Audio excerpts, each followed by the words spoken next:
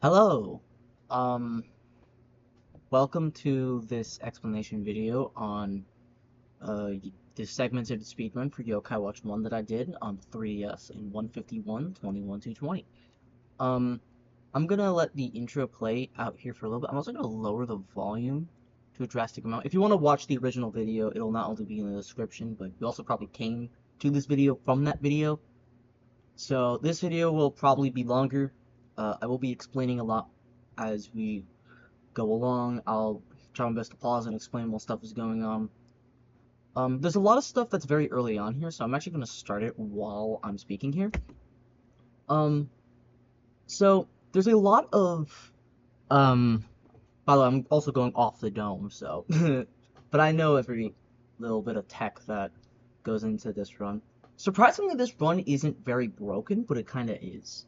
Um, if you're familiar with Yokai Watch speedrunning, you'll know of a particular glitch that we'll get to very soon. Um, really quickly here, it is important to note that playing as Nate and having a one character name is faster for um, the run because Nate's house is in a better position. Similar to like how it's kind of the same concept that like Pokemon Ruby and Sapphire have, where like each depending on the gender that you choose, they have separate houses. Only in this game, it actually does matter because Katie's house is further below, or a little bit more down Uptown Springdale, as opposed to Nate's house, which is a little bit more up. And then the one character name just makes sense. Also, we're playing on Japanese. It's like I think slightly faster, not even slightly, probably like frames faster. Really quickly here, this is actually already really this is already immediate tech that we see. So these two dialogue options that tell you all the things that happen in this game are fictional and anything that's going into blah blah blah. Of course you have to mash through these, but normally there's supposed to be a little purple arrow that appears when you do that. And um, in this, we actually mash so fast that the purple arrow doesn't even have a frame to appear. It's really hard to do, I'm gonna be real. But we use the D-pad for mashing a lot of the time. This game is really unique in that there are, actually I'll keep this playing, that there are several mashing options. You have all four D-pad buttons, up, down, left, right. You also have A and B, and you have the touchscreen. So you have in total 7 different buttons to mash, so dialogue will be mashed so quickly. Also, you can only mash the A button on items gotten. I will increase the volume a little bit more. Again, we will be skipping cutscenes or at least I'll try to as fast as possible in this run. There is one that we'll get to that is just so hard to actually do that, like, I just said, fuck it, let's just skip it as early as I actually can, as opposed to the earliest possible. Um,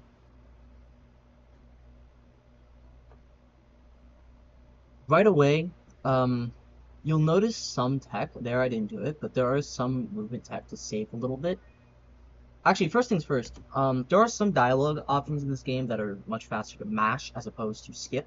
So there, when we enter Triangle Park here, for example, it's faster to mash that. But when it comes to movement, actually, you know, I'll explain the movement on a little bit. Because here we actually have a really cool glitch that I discovered a little bit more recently.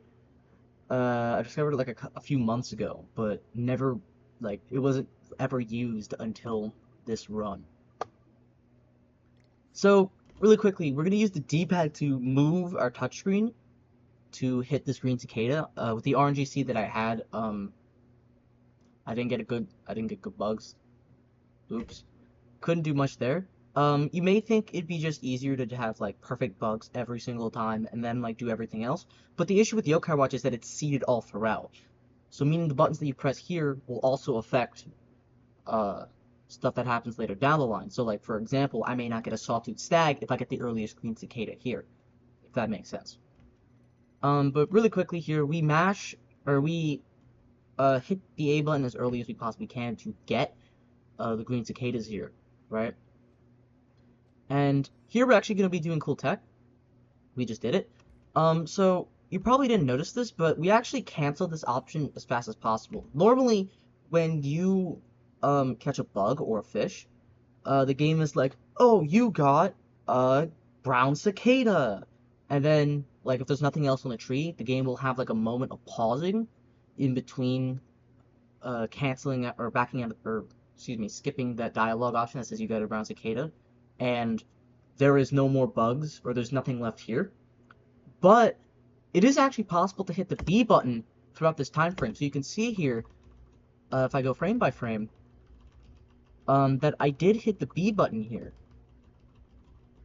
If you'll eventually get to that point.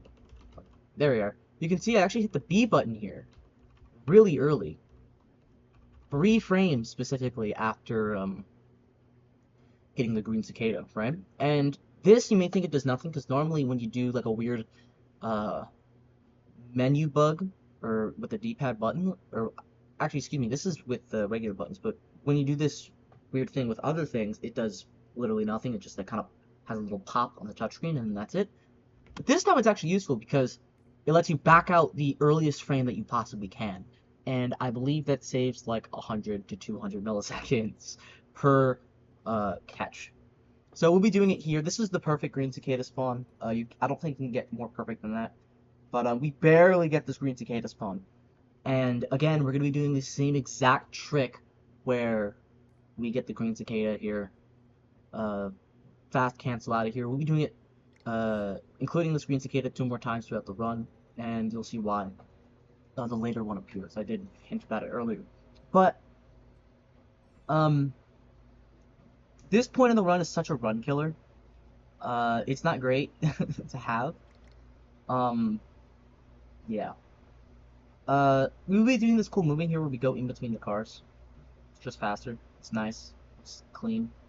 Oh yeah, something else that I should note is that we'll be trying to burn through as much stamina as possible. So obviously Nate can't move around like he's in Mario 64. So what we'll be doing is we'll be holding down the B button for as long as we can, or depending on the instances. You know, we'll be trying to as long as possible. But like I said, this isn't TAS, so of course there is human error in the segmented run. It's not TAS. So all this stuff can be done by a human, hypothetically. Yeah. I don't know how much else to say about that. Also, something to note is that when Nate runs, he will be doing a, like, if you're trying to turn directions with Nate, he will have a curved angle with that. And when you have, or when you're trying to go into a sharper, like a sharp right direction, you'll be curving to hit that point. But if you let go of sprinting, you can instantly change your direction. And that's faster than just holding sprint or holding your B button the whole time, or holding the run button the whole time, in order to actually make this work. Also, we'll be trying to burn stamina quickly, so you just saw me run through, even though I had very little stamina, to just activate that cutscene.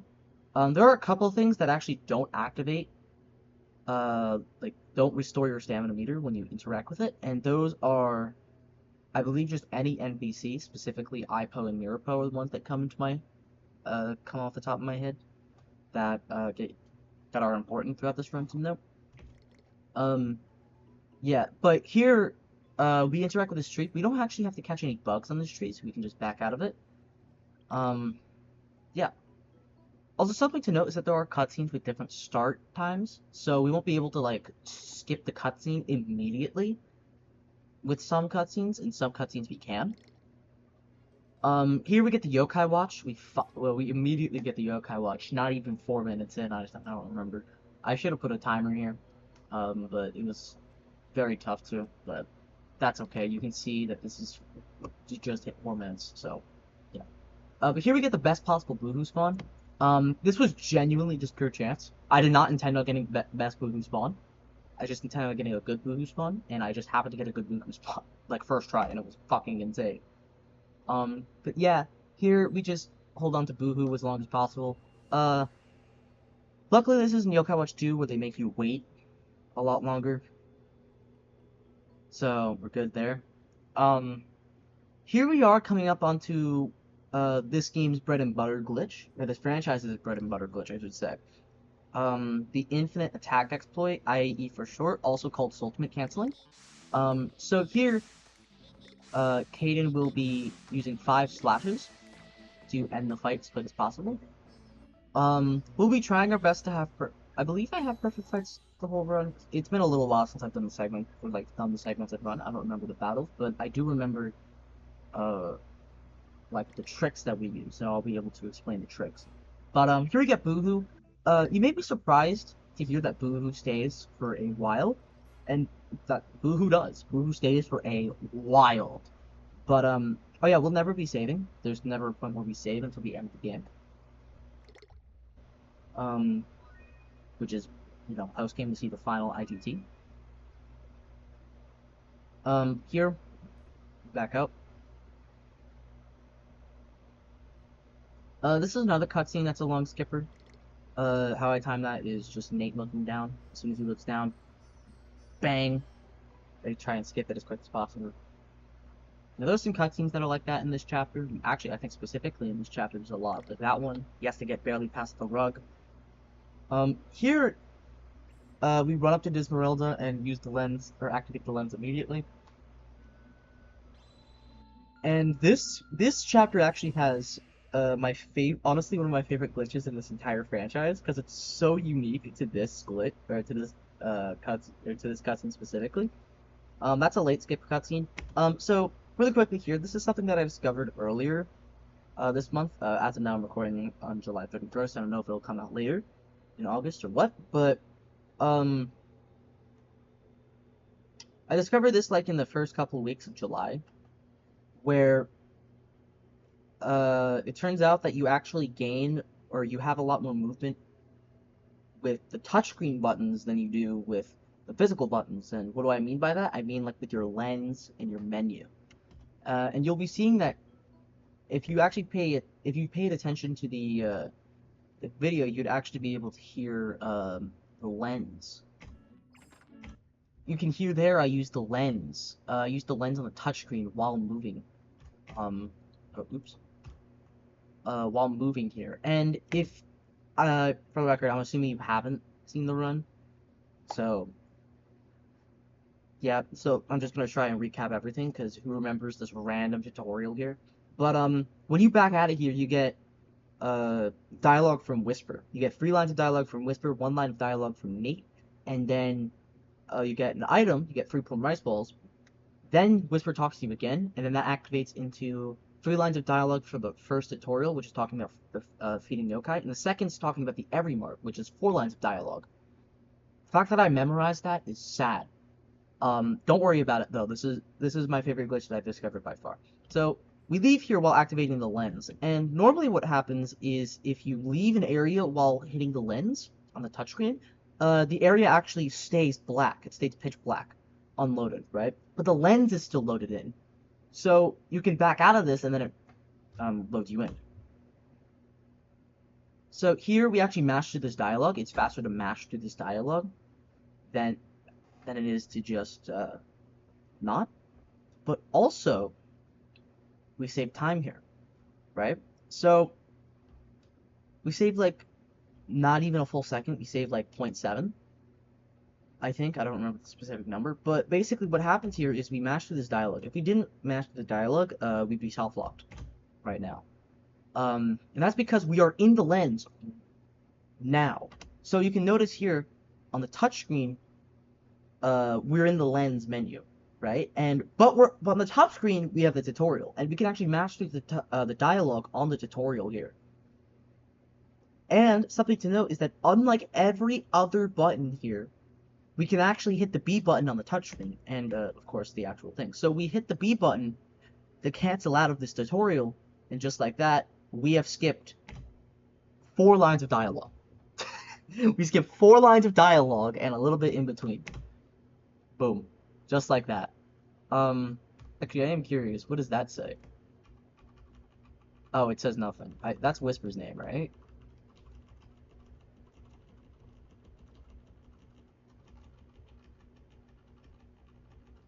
Yeah, that's Whisper's name.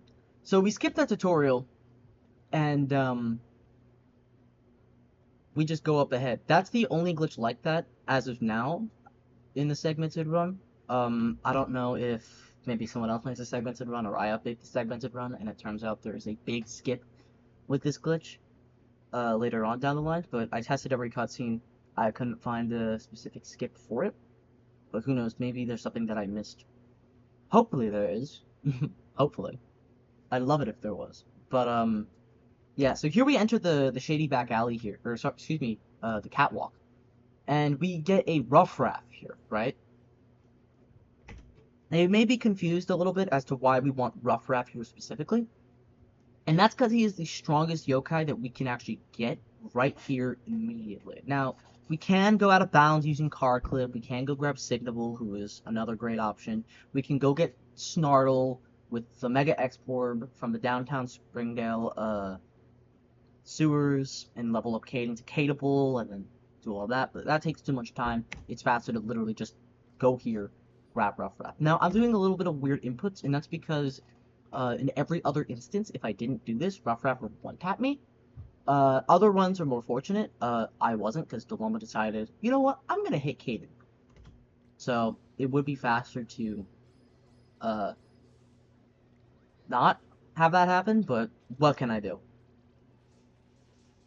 So we use Cicada Cut here. It's faster to use Cicada Cut here because of Rough Raft's skill, which will come into play a little bit, later on, or in like a little bit.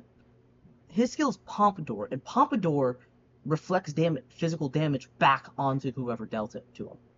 And that takes too much time, and we'd also die if we did that. So, rather than that, we just use Cicada Cut, clean everybody up on screen. And now, just like that, we get our new main. Rough Raft will be our main for most of this run.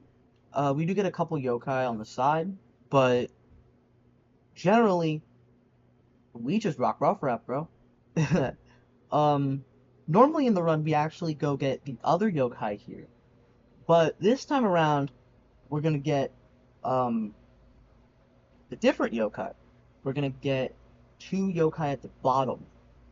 Also, hypothetically, it is faster to get, like, 3 Rough Raft. Issue. That is insanely fucking hard to do, especially for a segmented run. And luck was not on my side. So instead we're going to enter the shady back alley here. Or behind the fish place, excuse me. I keep saying shady back alley, I don't know why. But now we're behind the fish place. We're just going to rock IAE with Rough Raft. Some things are a little strange. We do this battle in this way to... Or I do this battle in this way, excuse me, to... get Negativus here. Negativus is, in my opinion, the easiest yokai to befriend here. Also, this fight was really important because we get a getaway plush here. A getaway plush is actually used in the speedrun. It's very important for skipping a fight later on. And that's actually one of my favorite skips in this game. It's really cool. Yeah. So here we learn about IPO. Cool. I don't know. We leave, we come back, and this time we go for this Negativus, right? I had to leave because that other Negativus battle was a free Negativus that didn't work. Or, well, I tried for so long, couldn't get a Negativus from that. So instead, we go for this fight, which is 2 Negativus and a Droplet. Now, we just IAE chain again. You'll hear me say IAE and Soultimate canceling. They mean the same thing, like I said earlier. So if you're confused, they just... Soultimate canceling is IAE, and IAE is Soultimate canceling. But here we get Droplet. Just a time check, we are below 10 minutes in this run. I believe we are late 8 minutes. Yeah, we are just breezing through. I should mention this is on new 3DS firmware. So, yeah. That wasn't the tutorial. This is the tutorial that we normally get. We just skip that dialogue. And, yeah. Something you can see me doing. I forget if this is actually faster or not. I don't remember the specific numbers, or if anyone tested it for that matter, but when you run into a loading zone, the game wants to put you at a standstill, so they have invisible walls kind of like running towards the end triggers. But we can actually end it a little bit earlier ourselves if we just make Nate stand still in a loading zone. And that will allow us to load things a little faster. Just a little bit, though. Here we skip the fish place dialogue, and here, actually, this is a part that we can definitely improve on, when it comes to the segmented run. Um, right now, I'm standing in the position where I'm actually gonna talk to the black cat on the left of Chabanyan and not Chabanyan himself. So I actually had to move a little bit to talk to Chabanyan, and it would have that actually lost me time, I think. So, yeah. But here we learn about Chabanyan. Fun fact, we don't care about Chabanyan. I'm sorry, bro, but we just don't. We do this little weird movement here to avoid Snartle. Um, or excuse me, not avoid Snartle, but avoid the dial. Because when you run the crossbox, the game gives you an interaction with crossbox, which will tell you, "Hey, bro, what are you doing? Stop jaywalk." And we're gonna abide by that rule and not jaywalk for the entire run. Unlike Yokai Watch 2, which we do jaywalk. Here we're also gonna do. This is the fight that I was talking about earlier when we first befriended Reverend. Again, his skill is Pompadour, so if we die, we IE, so it's faster to just use Cicada Cut here. It's one these these two soulsmiths that we used in this run are two of three soulsmiths we'll be using throughout the entirety of this run. Um, we'll be using one more, uh, I believe in chapter 8 off the top of my head. I think it's chapter 8. Here we learn about Yo criminals. We don't care. This isn't any percent. Um, yeah. So here we talk to Jabanion. Yeah. I guess I will skip ahead a little bit. Like, speed this up. Because, again, this game is very long, and, I don't know. We learn about tribe unities. We don't really care about tribe unities all too much. Um, Here we talk to Dismeralda. I will actually stop speeding up for boss fights.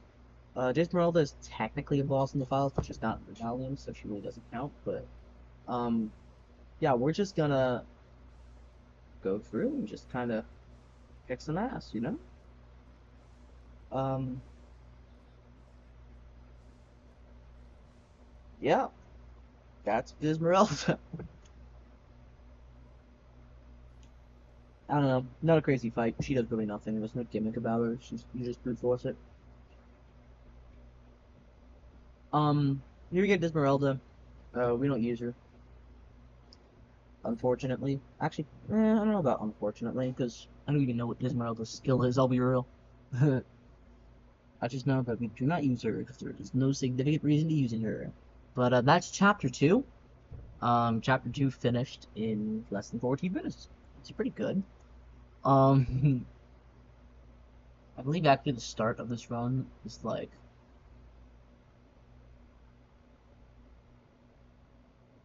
I can't even tell yet. I don't know. I'll say I'll subtract like 40 seconds. But here we have this chapter. This is Protect the Seals. I believe that's the chapter. This is the only time where we interact with Nate's mom while trying to leave. So we do. I guess I will actually just straight up speed this up. So here, we go talk to Katie. We actually move through the slide in order to talk to Katie. So that's just a little bit faster. Kind of nice. Here we're gonna maximize stamina usage. Yeah, or well, try to as much as possible. Here, this is actually one of the more unique dialogue or objective interactions. The game is telling us to talk to Katie, but we can just ignore Katie and just go for Tattletale like immediately, which is really funny. Also, I just realized this is just lower quality. I went to 480p, bro. What? It stays at least P720. Alright, whatever. I don't know, YouTube being weird. But yeah. Again, we're just skipping things so fast, like the full text box in its entirety isn't even fully loading yet. But now it's raining. We also switched the radar. We don't need the light. Not many people know that shortcut exists, so there you are. But here we interact with one of the four seals. This is the tangle fight. We learn about wisps. We will never be popping a wisp. So we're gonna ignore that. I do think it's funny how that wisp can just give you 3 warm bangles, or gold wisp can give you 3 warm bangles, and the game still only gives you 1 warm bangle. Also, we're gonna ignore that one bangle. We do something actually really unique here. We go into Piggleson Bank and we change out our team a little bit, right? And what we do here is we actually hit this button. Not many people remember this button's existence, but this is I believe, a randomized team based on, like, what's good. The game is like, okay, what's a great team loadout for you?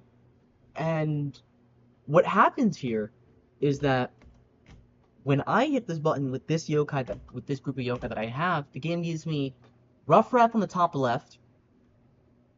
Also puts Tattletale on, and yeah, it is actually slower.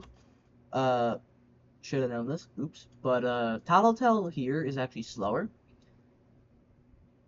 To have the bottom left on the off chance that Rough Wrap gets hit, because that actually wastes a little bit of time.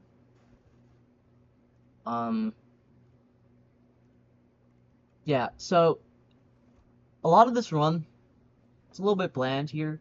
We're just IE chaining. So there's nothing that's really important, but I will say Gold Wisp. That's fun. We had a couple of Gold Wisps. I think I had 4 in this run? 3 or 4? I don't remember. I don't know, we had a lot of Gold Wisps. But you will not believe how hard it was to actually get the dialogue skips for Pet Pocket and Machismo. Like, it was so hard. But anyways, we're gonna fight Machismo. I'm gonna skip ahead. I remember, in previous routes, in a previous route, for the Phantasmarai fight, you'd use the Strength Talisman on Ruffrath, and you would IE chain Phantasmarai with the Strength Talisman once you pop the middle, which I think is really funny, because we don't do that anymore. Oh, I missed that. But anyways, we're just gonna ignore this, and now we head on over to Slimamander 1. I say 1 because there's 2 Slimamander fights throughout this game. So we're gonna get perfect Slimamander luck here. I attacked the right eye here. Unfortunately, Jabonyan hit the left. Couldn't do really much about that. I do this weird little movement where I move the board around, and that's because if I just kept the board the way it was, or the wheel the way it was, excuse me, Rough would have gotten spirited by his triple flames, and so to ignore that, I just get rid of Rough. Yeah, so now we just kind of IE chain, or at least try to. Yeah, he tries to do that again, but we ignore it. Droplet's dead again. Droplet died in the Cheesemilk fight, I believe. We don't care. We're just gonna deal as much damage as possible. I will say crits are actually bad for us, for the most part, because they don't they don't deal that much damage in comparison to a regular hit. But yeah, that's Salamander 2, or Salamander 1. Yeah, he just gets easily beaten. Definitely one of the worst parts of the speedrun because it's pure RNG. Yeah. But now we see Venom for the first time. Blah, blah, blah, we don't care. I will say, this cool little movement, this is cool little movement here, where we just go on the wall there to avoid her, to waste, or to ignore time going around her. But now we enter timers more. Something to note about doors that we move towards. We want to move, or that we move to open. There are 3 different loading transitions in this game. Or sorry, 4 I should say. There's ones that you climb up or down something, one that you just walk through, one that you just open and it just takes you there, and one where Nate or Katie moves to open the door in order to move into the loading transition. And when it comes to the ones where Nate and Katie move towards the door, or I guess this is for Nate because we never play Katie in a speedrun, we always want to move towards, like, the center, or, like, towards where Nate has to move in order to open the door, because it's faster for us to move there than it is for Nate himself to move there, if that makes sense, because the game slowly walks Nate towards there. Yeah, so here we are gonna go around for bike pieces. Bike shop we can't access yet. Oh, we talked to the bike shop guy. Nate's dad will just get us the bike in this game. So, yeah. Here we talk to the landlord and we get the spring here. We're not gonna care about Wayfarer Manor. Band in the run. We actually do that maneuver around those kids. It's very hard to do that maneuver. Um, Sorry, I had to yawn there. It's very hard to do that maneuver when uh you're doing a normal one because you can get body blocked by the child on the right. Here we do some cutscene stuff. There's actually a really cool skip here. Um, Saves a couple seconds and it's something probably everybody's done where like you can just do that. Saves you time from going around the fallen pillar. Yeah. Here we open up this chest. Fun fact, you can actually open this chest way before you get access to the old mansion. Um, from via car clip. And the game will actually like skip the cutscenes of the like the interaction, but it takes so much time to go out of your way to go do it that it's just better to just go get the key yourself. Yeah. And this is the last time we are in the old mansion. We talked to Baku here. Yes, Baku, not Baku. He says Baku or Baku, so it's Baku. But here we IE Rough Raff. I don't know. I don't know what it was with this Rough Raff specifically, but this Rough Raff loved to use Pebble, and I couldn't do much about it. I hated that because like I wanted it to be good, but I couldn't. Just Pebble, so frustrating. Um, so there we get the cog. So I'll just fast forward a little bit. Mr. Good says like, "Yo, go get my stuff. Go get my underwear from the hot springs." So we do, and you'd think we'd be skipping these cutscenes, but for some weird reason, and I cannot tell you why, the game refuses to let you skip the Terror Time cutscenes. Um, yeah, the game just doesn't let you skip them. So, we do that. We do this cool little maneuver here where we go like that, and that avoids them, and just like that, we're in the long haul. We do all this. I don't remember if I saw this in the room. Is that in the room? No, it's not. We'll get into what I'm referring to a little bit. Of course, this is on emulator. There is an emulator, as we know now, of an emulator-only bug, where some parts of Uptown Spring, or so far off the top of my head, I know Uptown Springdale has it, Shoppers Row has it, Blossom Heights has it, Breezy Hills Down has it, and Downtown Springdale, I don't remember if I mentioned that, where you can just deload part of the map and just fall through it. Yeah. You will see that actually in this run. You will see that happen, but we never use it because it's not worth it. Also, earlier I mentioned a cutscene where like it's just so hard to skip it frame perfectly that like I said fuck it, let's not. And that was the hot springs, talking to the hot springs lady. I don't know what it is about that cutscene, but it's so hard to skip perfectly. But yeah, here we interact with Sproink. Sproink's fight is really easy. We just aim for the head. And then in turn that leads to pinning the belly for a little bit, and then once we make it so that way he's hurt too much, we hit his head.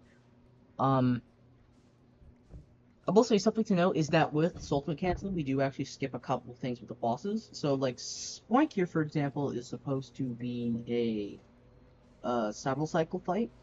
It's supposed to have this in multiple cycles. But Swank needs a turn in order to transition to his next phase, which is back to stage 1. So we can actually just make it so that way he never has that turn by Ultimate Canceling. Here we got a shiny badge. I know the world record currently uses the shiny badge in Rough Rough. I don't know if that's faster. Also, you can't skip these cutscenes, just a good say for some reason. Yeah. Probably should have come in with a script, but hey, I haven't missed a thing so far. We learned about watch locks. Watch locks are something that's very integral to the speedrun. because we go out of our way to get the next stuff, because starting next chapter, I believe, yeah, next chapter, we get access to the C rank quest, and every single boss upgrade from here on out will be a quest and not a chapter. So we have to go and do those. Unfortunately, there is no way to skip them as of now. Hypothetically, if there were a skip, you like a way to ignore them, you could actually just interact with whatever's behind it. So yeah. But here is one of the shortest chapters in the run, I believe, second shortest, just behind the first chapter. Um, Here we actually go uh talk to these women, right? And then we reveal Walcap as the sunflower. He's like, "Yo, give me 3 carps, and then I'll befriend you," right? And so we go over to this part of the riverbank, and we get. I happen to first try the craziest carp luck imaginable. So what this area is it's 3 carps, 3 regular carps that I get, plus an item on the ground. That is the best possible spawn, period. This specific spot with 3 carps caught and an item, because that means we don't have to do the B button thing. We don't get a dialogue message that appears that says there's nothing left, because there's an item there. There is something left, and we've caught all the carps on screen. So that means we can just interact with one thing and save just a couple seconds there. Here we get Walcappa. Walcappa's really important to the run here. We won't put him on the team just yet. We'll put him on before or in the construction site. Because it wastes time, it's not worth it. Plus, the reason why we grab him, is actually because of an item that SV Snaggerjack drops. SV drops a water ring, and that's an exclusive equipment item in Yokai Watch 1. The elemental rings in Charms are used to either boost your defense against that technique or boost your technique itself. And so we equip these because it just makes our life easier. But here we fight SV Snaggerjack. Yeah. I don't know. I don't even know why we do this. Well, I know why we do it, but like, I don't. Yokai Watch 1 story is weird, okay? Um, yeah, so we pretty much just go through this fight. SV Snaggerjack used to be one of the most difficult fights for me, uh, in Yokai Watch 1, but I don't know what it was. In like the last couple of years, I started practicing IEE a lot, and that really helped. Yeah, I was able to actually make it through SV Snaggerjack just fine. Um, in my runs now, I can do it pretty consistently, so I'm really happy with that. But anyways, that's the chapter. Where Bear gives his mom the ring. And now we get to the third shortest chapter in this game. What was that chapter? There is no boss here. In fact, there is no big fight here. Or well, by big fight, I mean like boss fight.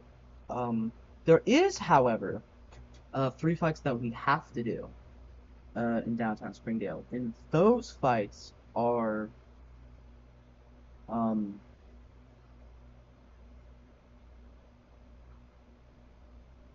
what is it off the top? Yeah, right. The Signable fight, the Tantroni fight, and the Suspicione fight. Or wait, sorry, the Signable fight, Suspicione fight, and Tantroni fight. I don't know if I said that in the right order. Those are for the C rank watch quest. We just accepted that from Mr. Goodside. It's only available here because we get access to downtown Springdale, and we have downtown Springdale access.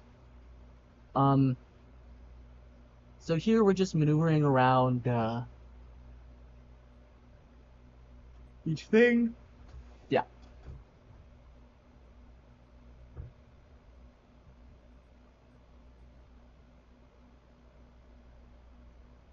Yeah, so this chapter is really nice because we get access to oh yeah, here, I'll talk about this in a second. But we get access to the bike after this chapter, which is gonna be so useful. If you're on one for Switch or one for mobile, it's not because you have infinite stamina, and using your stamina meter is just significantly faster that it is on 3DS without stamina. And because we don't collect a single stamina, well, most of the time throughout the run, um, we never have infinite stamina, or excuse me, we barely have infinite stamina. So the bike is actually more important because it's faster than full sprinting and letting it charge up, and full sprinting and charging up, etc. There are some instances where we'll avoid that, but yeah. Also, this fight is actually slower because we don't have Wall Kappa, because these Tantroni we just destroy. But yeah.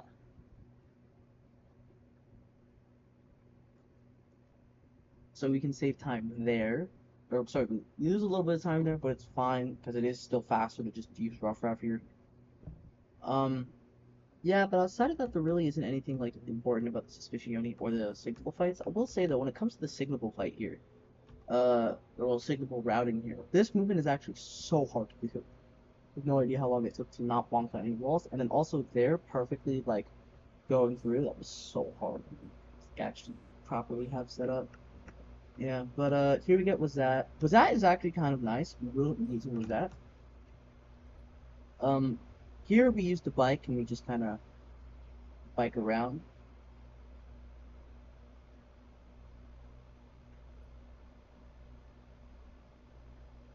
Um, yeah, we turn in the C rank quest, and in turn we pick up the B rank quest. We need to open the construction site. We need access to the construction site, and that gets C rank watch. That's blocked by C rank watchdog, so we actually need to do that.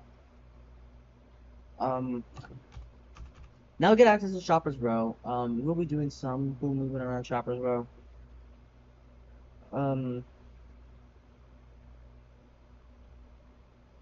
yeah, so here we actually fight the first B rank quest member, Flumpy. Um, we go into Settlement Bookstore, we talk to Mr. Barton, blah blah blah. Here we actually go up to the Nocturne Hospital, but unfortunately nothing can get done because of it. Um, yeah.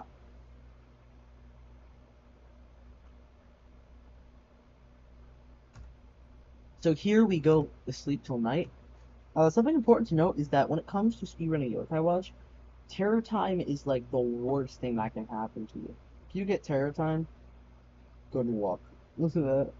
And I'm so happy I didn't find terror time in the segments run, because honestly, I think I probably would have given up on the segments run, because it would have been so difficult to go back and reroute it. But yeah, so here we're just sprinting, we're just going ahead.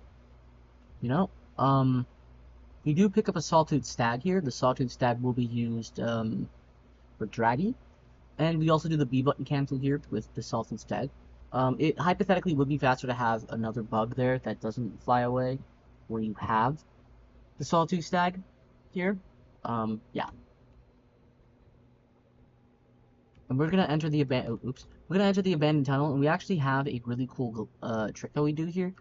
So there's this fight with Leodoni where you fight. The game requires you to fight him for finding the Mad Mountain behind him for the B rank quest, and this Leodoni gives you a Leodoni wheel, and this is the tutorial or like the starting part of the starting side quest of fighting the wheel and accessing Drop in post game. And there is something cool about this Leodoni that we can do. We can use a getaway plush on him. Why? I don't know. And they didn't. I don't think they accounted for that because the game just lets you run right by him. I do this strange movement because the game would have killed me otherwise, so I had to do it like this. Yeah, but Mad Mountain we just beat up.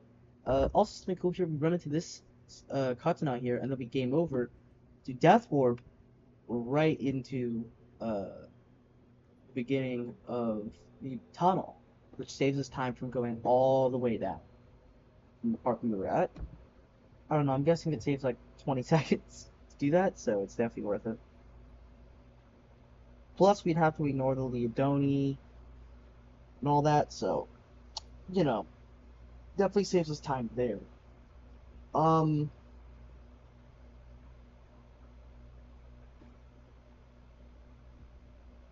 yeah. So here we head on down to the construction site where we get Komasan. Komasan's also pretty important to this run. Um, yeah, we he's the most useless member of the most important ones, but he is definitely useful for what he serves. We fall down here. That chest is actually, or I would say is important for a speed run, but isn't for like a task. Because hypothetically, you'd want to use Wall Kappa for the massive face fight. But the issue with uh that is that Wall Kappa likes to loaf, and if you get loaf, if your Wall Kappa decides to loaf, then that means that you are not gonna have a good time. um, because that means you waste a lot of time with skilled loafer, and so it'll probably just be faster to use Komasan with Fire Ring, or just Komasan at all. Yeah. Here we actually go deviate here, and we actually pick up this item, right? This book right here is the Skilled Encyclopedia. This makes a yokai brainy. You'd probably be familiar with it if you trained up yokai competitively or used a uh, technique attacker like Flengu or something on your teams. Um, Yeah, pretty much what we're doing with that is we're saving that to the very end of the game for when we get Venoct. Venoct is surprisingly a technique attacker. You'd think he's physical to counter QB, but no, he's a technique user. He uses voltage as his move of choice, and so we want to use that. We want to make him do that move as much as possible. Plus, we'll be getting an item later on that boosts that damage even further, making him the strongest member of our party at that point. So here we just do some nice maneuvering around. We also do something similar to what we did in Pickles Bank, where we randomize our team, and we equip Wakapa with the water ring here. Um, the randomizer actually like set our team so that way it's like literally perfect. And we set up Wakapa to deal a nice damage here. But you can see we just doing big boy damage. And crits are kind of nice here. We do 20 plus damage. So crits are not actually horrible here. But yeah. But that's like the downside. You can see that took a long time for that loaf to actually fully go through. But yeah, there's Massive Face Dump. For the record, we are sub 57 minutes into the run. We get a Brute Bracer. The old route actually used to give Roughraft a Brute Bracer, to make him be, I believe, the second strongest in the run. But we don't do that anymore. It's our what to do. Um, yeah, here we just use our bike. Again, we're gonna prioritize the bike as much as possible until it's faster to just sprint. And yeah. So now we get the B rank quest done. We also get the A rank quest started here, and we will also be finishing it in this section. Um, was that's also really cool too because the game randomized our team to give us Wazat, and what Wazat does for us is make it so that way no yokai guard. Um, I don't think that worked though, but it is nice to have, or I think it just lessens the chance. I don't know, but this movement's really hard to do precisely, so it took a little bit, but we got it. Yeah, so here's the Bankei fight. The Bankei fight's one of the hardest fights in the run because these yokai can deal so much damage. It's faster to use Tomasan to kill Bankei there, and then just not use Tomasan for Katananas.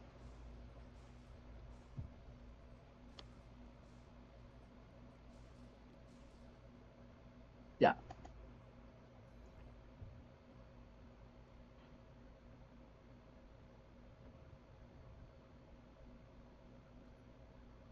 So, there's the Bankei fight done. We're gonna head on over to the Quaken fight here.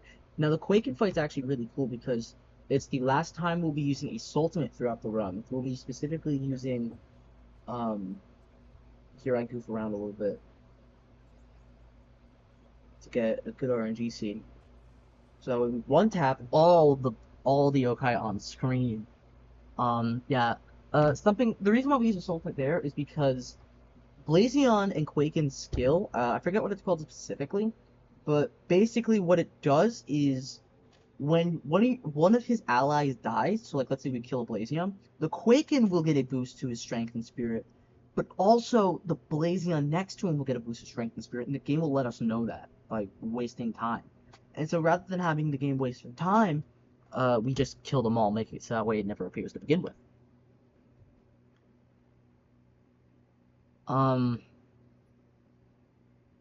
yes, that's cool little tech that we do there. Here we make our way over to All Hail. Again, it's another fight where Komasan's used a little bit. Oops, I did not mean to do that. But, yeah, we just breezed through that fight. The reason why we get the B rank, watch is because of this door at Eddie's house. Yeah. We're just going through the museum. Here we go to sleep till night, and then we kind of just,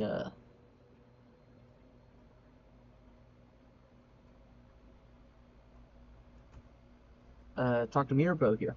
It is actually pretty cool how, we can just do this. Actually, that reminds me, I should probably test that. Never mind, don't worry about that. I was thinking about testing, a thing here. Because I want to see if we can maybe skip something here. But, yeah, so we just interact with the Mirapo here. We get the vault key. Actually, something really cool here that I don't know if people spotted is that while we're leaving the Gorpon Museum, we actually see something really cool here. While we're going up here, if you pay attention to this yokai, you'll notice that that's Skelabella. I just thought that's really cool how we pulled Skelabella. But yeah, we talked to Eddie here. Eddie's hitbox is actually kind of big here. I don't know why it is. So, we were able to interact with that. Then we talked to Phantasmarai. And yeah, we just IE James Ruffruff. Yeah. Just like Sproink, Phantasmarai needs an attack turn in order to actually, pull out his second sword and repair himself. And so, because we're Sultan canceling, he can't actually get that turn. So, in the end, we actually just do a big phase skip by ignoring all that, which is really cool in my opinion. Yeah, but that's Phantasmarai. We also get Mirapo, we can't skip any of this dialogue. Yeah, and now we get to, I believe, the fourth shortest or fifth shortest chapter. I don't remember. Either way, it's very short. We talked to this Mirapo here. He is a little laggy, but it's fine. It's whatever. An old route actually used to buy a bunch of beef tongue here for safety. Only issue is we don't do that anymore. Mainly because it's significantly slower to just go get that beef tongue. That we just don't. There's not many instances where you would need to. Because, of course, there's human error where you mess up IE a lot, but, I don't know, I rarely do that anymore when it comes to McCracken 2, or really any of the fights beyond this. Outside of this fight, though, this fight sucks. We'll get to this fight. We also unlock this Mirapo, or open this Mirapo as well. We'll be using that 2 times. That Mirapo 2 times. Oh, yeah, 2 times. Here, this line of dialogue is so hard to skip. I think it's nearly a frame perfect skip. You are in this cutscene for 1, 2, 3, 4, 5, 6, 7, 8, 9, 10, 11, 12, 13, 14, 15, 16, 17. 17. It took 17 frames for that. That's really hard. Yeah, that's I think the earliest you can actually possibly skip that cutscene. Here's Rattel. I know I dissed her in my POC for one. I don't hate Rattel. You just get her twice in the Professor Oak's challenge. That's not great. But anyways, we give her the rib. We get Rattel. Rattel. You may be surprised about Rattel. We'll be seeing Rattel a little bit later. Here we talk to Cupistol. Fortunately, we don't get Cupistol. It's fine. I don't care. But here we get to the boss fight of Tyrantator in the wrong gender's bathroom. I don't know why. Oh wait, no, we are in the boys' room. Never mind.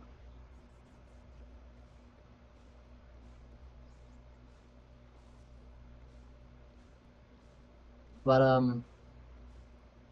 here we just fight Tyrannodor. We use Rough Raff when it comes to IE either, because the hand or his legs. Yes, Tyrannodor's a guy.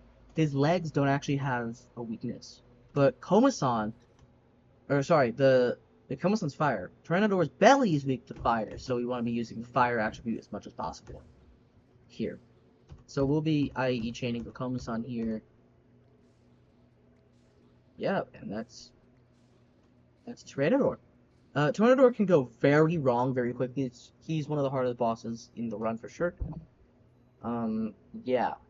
One thing we did get there, we got the lightning ring. That is a very important item, and we'll be using the lightning ring in a little bit. But yeah, that's that chapter. Here we have, I believe, the other chapter, the next shortest chapter immediately afterwards. So we go over here, talk to Mr. Barton, and then we just leave. Here's actually something kind of cool. Like I was talking earlier about deloading maps, and we will actually see the map deload here for some reason. You can see that the map is literally just deloaded. Don't know how, just is. Yeah, that's not normal, but I don't know. We even got to see an appearance of that, which is kind of crazy. But we have the Sawtooth Stag for Draggy, meaning we can just get Draggy. Um, Draggy, if I remember correctly, used to be useful. I forget if he actually was. But it doesn't matter if I do or not, because he's not anymore. But here we go to Mr. Goodsight, and we get the A rank watch, finally. And the reason why we get it now is because we need it now for the one purpose. Yeah, we're just gonna skip by these. We're gonna open the door. This actual entrance is really interesting because this can get really buggy for some reason, to where like you can see here, like we enter it like without actually entering it, and that's actually fast. I believe that's faster than just entering it normally. I don't know how you do that. It just happens sometimes. I just happen to have it happen, so that's good. That was really weird wording. I just happened to have it happen. That's kind of cool. But yeah. So here we talk to Leodoni, right? It's kind of cool. We have to hit the top dialogue option every single time, otherwise one of these Leodoni will fight us, and that's not great. So yeah.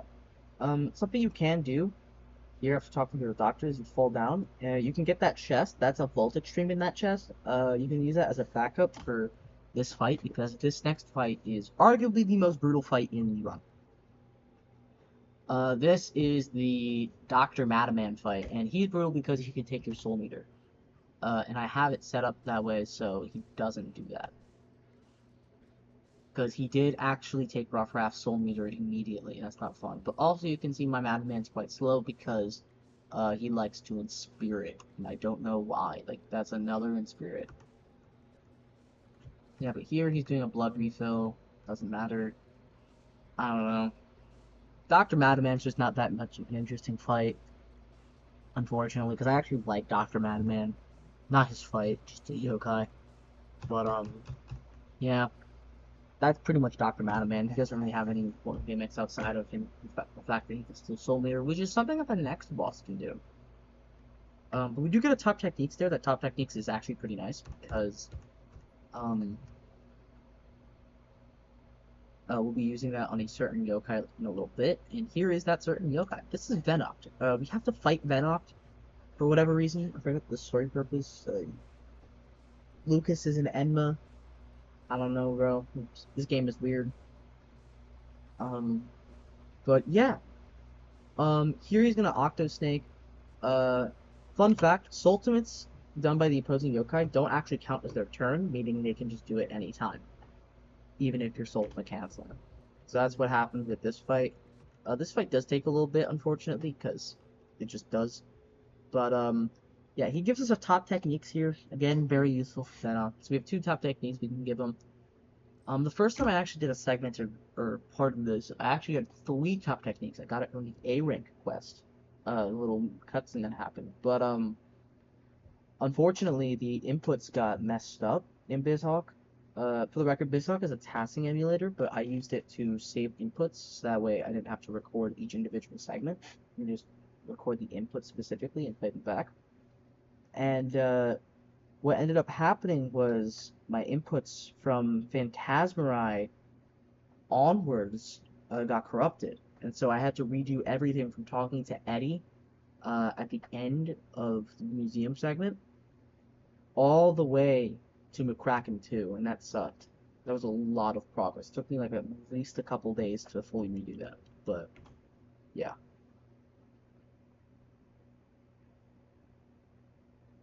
like straight, like 48 hours straight.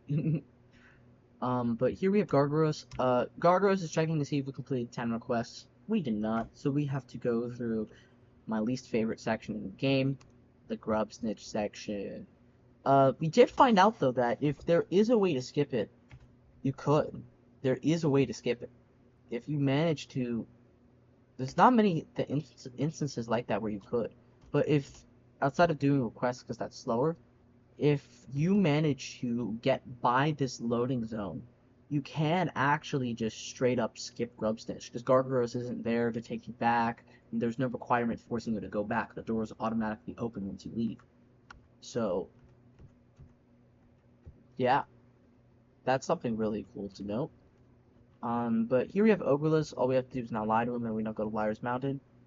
Uh, what sucks is that if there was a Liar's Mountain is the one of the three that actually has an out of bounds clip that would actually, hypothetically, if we had some like let's play hide and seek with Grub Snitch and Liar Mountain instead of Hungry Pass, that would save us time because there is Liar Mountain clip, which I wish that was in Hungry Pass, but it's not. So what do you do? But Orkanos is like, yo, you didn't fight too many people, go fuck yourself. And we're in the Hungry Pass. We're gonna ignore all these yokai. Unfortunately, when I had to lose all those inputs, I also happened to get a Walden here in the Hungry Pass. So we would have walked by a Walden. Fortunately, we can't. I think we might have walked by a Poogieville as well. In either this or the previous one, I don't remember. But, yeah, here we give Denok the Lightning Ring, and we also give him the Brainy Book and the Top Technique books. So we go over, and we just fight McCracken from here. McCracken's got the same thing that Madaman has, where you'll steal soul, and that's why we have this turn order set up. Yeah, but if you notice, our team's a little different. We have Walkappa on the bottom left, we have Ruffraff and Europo here. We have Tattletale as well, the bottom. And we have Rattel, which is really interesting. Also something to note, Negativus used to be a mandatory dot or befriended yokai in a previous route. You'd evolve him into Moss Evil, and then use him for only the final fight of the game, and that's it. Which I think is really interesting. And in the previous route, you used to use Caden and Jabanya a lot more. But fortunately, we found infinite attack exploits, so now the, I guess, more fun routing, but in turn more bullshit routing, is now, there. Yeah, so we're pretty much IEing McCracken 1 the whole time. Very clean McCracken 1, all things considered.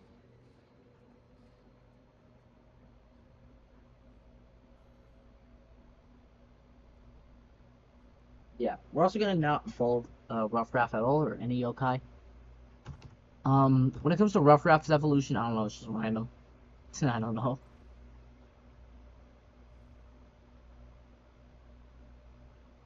Yeah, so here, we start Stama 2. That's one of two reasons why we had that Mirapo. Um,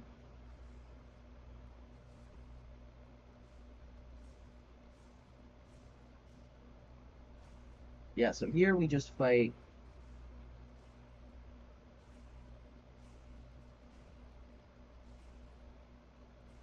Stama 2. This fight, unfortunately, exists. It's more so of an endurance test rather than a straightforward, like fight. It's just a pretty much an endurance test because he has so much HP for no reason. Um, yeah, here we just kind of IE through um Also, yeah, the 3 loaves is unfortunate, but it's whatever. Um, yeah, we just played through Slamba 2. Rough Rough, or sorry, Venok's gonna be our main for a little while. We're not gonna be using Rough Rough again, but there are 2 fights where we do use Wall Kappa still, and this is one of them. If you notice, 164, 148, 139, he's doing beefy damage, bro. Beefy damage. He's dealing more damage than Venok does in a single hit, per hit, to these impasses here, and I think that's really neat. Rough Rough's gonna evolve again. We're gonna cancel that. And then we get to bike down to the roll-in fight, the white roll-in fight. Here we just use Venok. I need nothing special. I don't know. That's one of the hardest fights in the game because they can just all kill Venok immediately. That's not fun. But luckily we did get 2 bamboo shoots from the Tengu fight. So if anything were to happen, or we normally do. So if anything were to happen, we get that. This is another fight that actually really sucks to use like Rough Raft. Or Venok, I would say too, because Venok also does kind of go for physical moves sometimes. Because these Bruff also have Pompadour, so yeah. So we use Valkappa here to deal big boy damage, also Gold Wisp. Yeah, but like the damage output is genuinely crazy.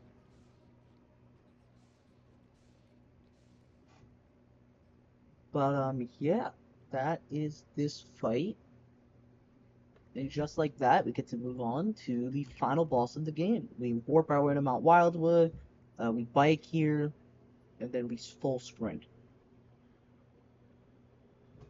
to save ourselves a little bit of time. And then just like that, we're on the final boss. We just burn through all the ways of moving around in the game. Mirapo, bike into sprinting and walking normally, which I think is beautiful. It's a beautiful way to complete the run into the final boss of the game. Here we're just going to be spamming Venok IEE. We're going to be trying to target the middle as much as possible. Sorry, the belly, I should say. Because that's his major hit point. You don't actually have to hit the tentacles here. Outside of that, that's really all we really need to do. Yeah, so it's just me trying to do it as quick as possible.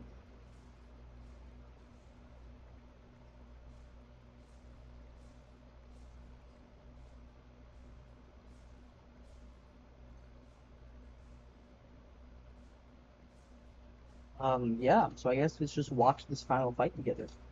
I remember, the first time I've ever been exposed to, or I was ever exposed to Yokai Watch speedrunning was, the RPG Limit Break, 2016, Yokai Watch 1 run. That was one of, I believe, 3 Yokai Watch runs ever done live at like a speedrunning event. The others were like Yokai Watch 1 at anime, something I forget, my bad, I'm really sorry. And then I believe Yokai Watch Blasters had a similar story with their Core. At one of those as well, but I can't remember the names, I'm sorry. To get to ASL, Anime Speedrun, no, I don't remember what it was, I'm sorry. Um, but yeah. Also, hypothetically, it is faster than 5, or you could hypothetically 5 cycle McCracken too, if you pull Ultimate, but the amount of precision and luck and oh my god, you need to one tap or big boy damage to do that. Yeah. Um. Yeah, it's crazy how much you need for that. But yeah. So that is actually the whole run. Of course we know the final time. Actually, I don't remember the final time on the save file. The final time 1:57. For the record, IGT also counts the ending cutscene at the end. So yeah. But anyways, thank you guys so much for watching. In the credits, I do specify, that this is segmented. Love how the comments said it wasn't. I don't know what to tell you there, bro. But I should have mentioned in the beginning, this is any percent no QR codes, passwords, NFC. Basically, that means we're not going to be using any QR codes or passwords. Also, nothing from the NFC reader on the Switch. This is 3DS, so that doesn't matter. And then also that includes Street Pass as well. and the yokai cam. Um, yeah, there are separate categories for that. There's any percent. Um, yeah.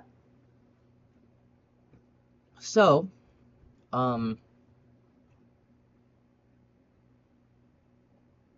again, this run isn't perfect. I know I'm reading off the description, but I'm tired of poking the credit. Here I specify that this isn't the fastest this game could be beaten in. That is true. There are some things that you can change. Off the top of my head, Sawtooth Stag is with the Sawtooth Stag. You can get a bug there and save you a few seconds there. You get better Rough Ref, Fenoc to Komasan for all capital luck. You can get a bunch of luck all throughout. Um, this is also my first ever segmented run. I'm looking forward to doing more. I'm thinking about maybe doing blasters next. I don't know, but I think it'll be a lot of fun to do more. And I want to make more speedrunning videos. I mean, the performance on this video didn't do very well, but that's okay. I don't care. I had fun making it, and it took a little bit of time, so it's fine. It's whatever. It took less time than the Yokai Watch 1 POC. So I guess that's a fair metric. Um, there are a couple of people that I do want to shout out. I know I have them here in the description, but I feel like saying that verbally would be a lot better than just in the description.